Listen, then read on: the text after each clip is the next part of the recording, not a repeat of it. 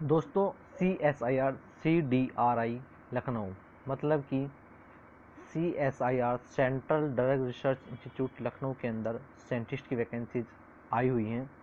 आप जो है ये नोटिफिकेशन ऑफिशियल नोटिफिकेशन ये है, आप जो है CSIR CDRI की वेबसाइट पर जाके इसे डाउनलोड कर सकते हो। ठीक है, इस वैकेंसी से जुड़ी अपडेट्स के लिए आप हमारे टेलीग्राम चैनल को ज्वाइन कर सकते हो, लिंक आपको डिस्क्रिप्शन बॉक्स में मिल जाएगा। बात कर लेते हैं रिक्रूटमेंट की। ये जो है स्पेशल साइंटिस्ट रिक्रूटमेंट है। ठीक है, एडवर्टाइजमेंट का नंबर है 10/2020। आप जो है ऑनलाइन अप्लाई कर सकते हो इस लिंक पर जाकर। ठीक है, इस लिंक पर जाकर आप ऑनलाइन अप्लाई कर सकते हो। ठीक है, इसके बाद कुछ खास डेट्स की बात कर लेते हैं। आप जो है ऑनलाइन अप्लाई कर सकते हो। 5 दिसंबर से ऑनलाइन एप्लीकेशन स्टार्ट हो चुकी हैं। इसके लिए जो लास्ट डेट रखी गई है ऑनलाइन अप्लाई के लिए वो रखी गई है 15 जनवरी। ठीक है, इसके बाद जो है एप्लीकेशन, यदि आप जो है एप्लीकेशन फॉर्म की हार्ड कॉपी यदि आप CDRI में जमा कराना चाहते हो तो 1 फरवरी तक आप जमा कर सकते हो। अब बात कर लेते हैं और कुछ खास बातों की इस रिक्रूटमेंट से संबंधित। पोस्ट डिटेल्स आप दोस्तों यहाँ से देख सकते हो। ठीक है, सबसे पहली पोस्ट जो साइंटिस्ट के लिए है, इसके अंदर टोटल 8 वैकेंसीज आप देख सकते हो। इसमें 3 वैकेंसी UR के लिए हैं, 1 वैकेंसी SC के लिए है, 1 वैकेंसी OBC के लिए है, 1 EWS के लिए है, साथ ही 2 वैकेंसी PWD के लिए है। इसके लिए जो टोटल सैलरी जो उन्होंने डिक्लेयर की है वो 94,720 रुपये डिक्लेयर की है और अपर एज लिमिट 32 ईयर्स रखी गई है। इसके बाद वैकेंसी सीनियर साइंटिस्ट की है। इसके अंदर टोटल 8 वैकेंसीज हैं UR कैटेगरी से। इसकी जो सैलरी डिक्लेयर की है वो 1,08,000 रुपये डिक्लेयर की है। 37 ईयर्स अपर एज लिमिट है। प्रिंसिपल साइंटिस्ट के लिए 1 वैकेंसी आई हुई है जनरल कैटेगरी से।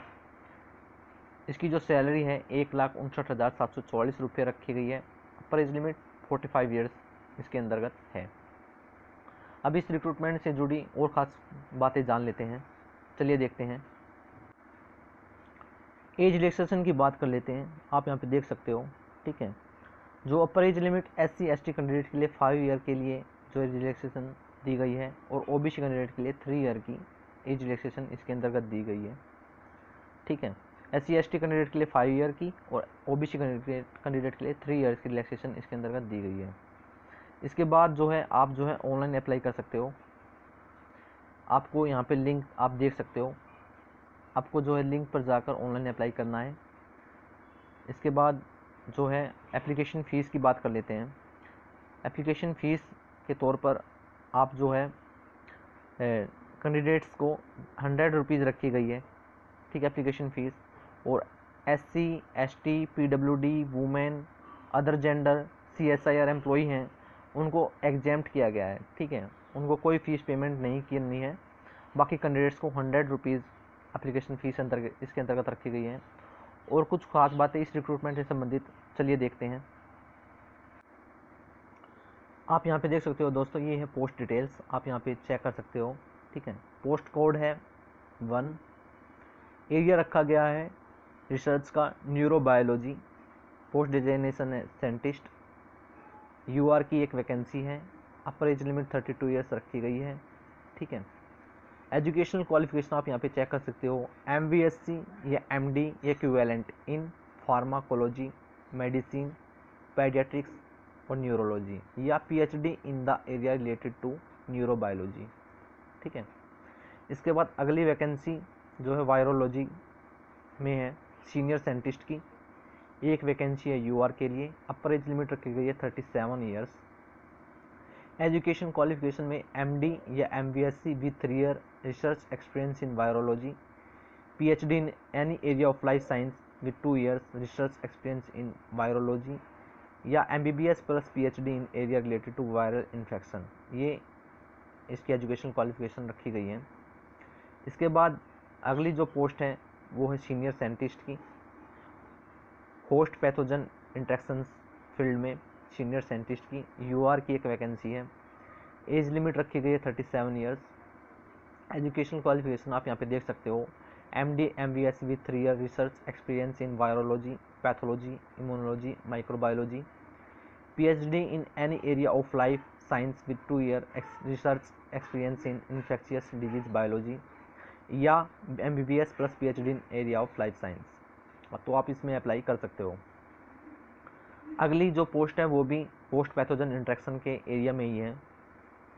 आप यहाँ पे देख सकते हो साइंटिस्ट के लिए है, एक वैकेंसी SC के लिए है, एक वैकेंसी PWD के लिए है। अपर एज लिमिट 32 ईयर्स रखी गई है। क्वालिफिकेशन आप यहाँ चेक कर सकते हो, MVSC biology, microbiology, MD microbiology, immunology या PhD in the area of life science, ठीक है। इसके बाद अगली वैकेंसी जो है ह्यूमन जेनेटिक्स के एरिया में है, सीनियर साइंटिस्ट की UR के लिए है। अपर एज लिमिट 37 ईयर्स रखी गई है। इसकी जो एजुकेशनल क्वालिफिकेशन उन्होंने मांगी है, MD with 3 years research experience in clinical genetics और फिजियोलॉजी एंड मेडिसिन, ठीक है। इसके बाद या आपके पास इस पोस्ट के लिए PhD हो, ठीक है, विद 2 ईयर्स रिसर्च एक्सपीरियंस, ठीक है। अगली जो वैकेंसी है वो एंडोक्राइनोलॉजी में है, सीनियर साइंटिस्ट की UR कैटेगरी से। अपर एज लिमिट 37 ईयर्स रखी गई है। एजुकेशन क्वालिफिकेशन आप यहाँ पे चेक कर सकते हो, MD MVSC with 3 years research experience in endocrinology, PhD हो विद 2 ईयर एक्सपीरियंस या MBBS प्लस PhD हो एंडोक्राइनोलॉजी। इसके बाद जो है दोस्तों एनालिटिकल बायोकेमिस्ट्री के अंदर प्रिंसिपल साइंटिस्ट की एक पोस्ट है अनरिजर्व्ड के लिए। एज लिमिट रखी गई है 45 ईयर्स। एजुकेशन क्वालिफिकेशन मेरे पास MD MVSC with 5 years research experience होना चाहिए बायोकेमिस्ट्री में, या PhD होनी चाहिए आपके पास विद 3 ईयर एक्सपीरियंस बायोकेमिस्ट्री में, या आपके पास MBBS प्लस PhD हो बायोकेमिस्ट्री के अंदर।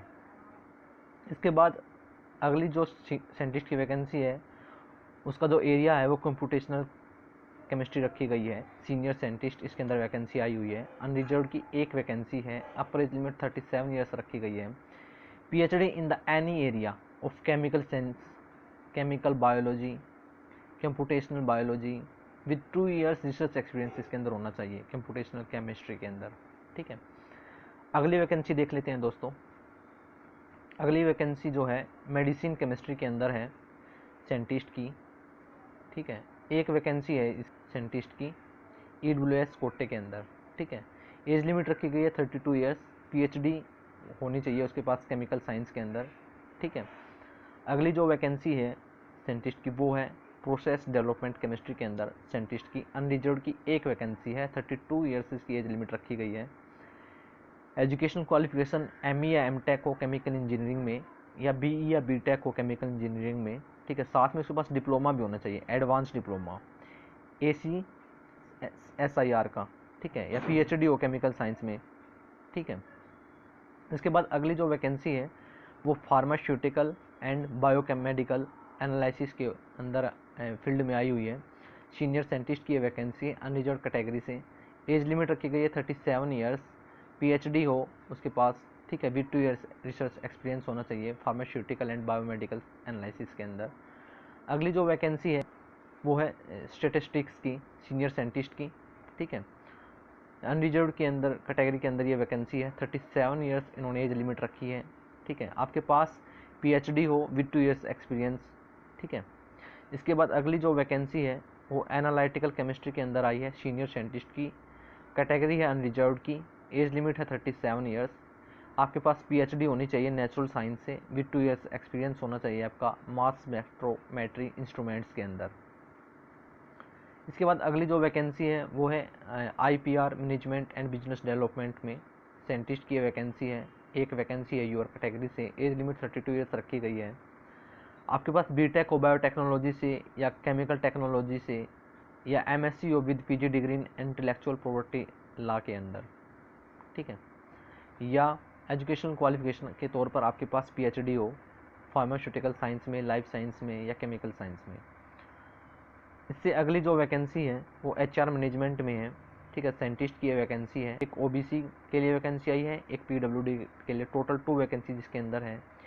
एज लिमिट रखी गई है 32 ईयर्स।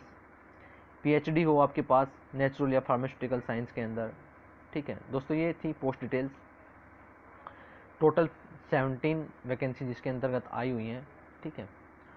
तो दोस्तों CSIR CDRI की वेबसाइट पे जाके आप जो है अप्लाई कर सकते हो। इस वैकेंसी से जुड़ी ज़्यादा अपडेट्स के लिए आप हमारे टेलीग्राम चैनल को ज्वाइन कर सकते हैं, लिंक आपको डिस्क्रिप्शन बॉक्स में मिल जाएगा।